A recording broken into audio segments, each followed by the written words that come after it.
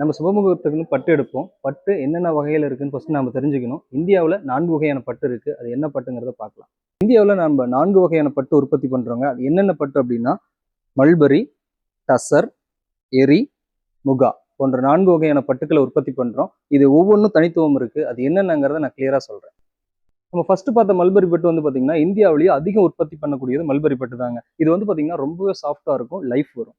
அடுத்து நம்ம 2வதா பார்க்கக்கூடியது வந்து பாத்தீங்கன்னா, டசர் சில்க்ங்க. இது வந்து பாத்தீங்கன்னா சொரசொரப்பா கொஞ்சம் மல்பரி கம்பேர் பண்ணும்பொழுது இது கொஞ்சம் ஹார்டா இருக்கும். அண்ட் தென் இது வந்து பாத்தீங்கன்னா கருவாளி மர பட்டு அப்படின்னு சொல்லி இன்னொரு பேர் இருக்கு.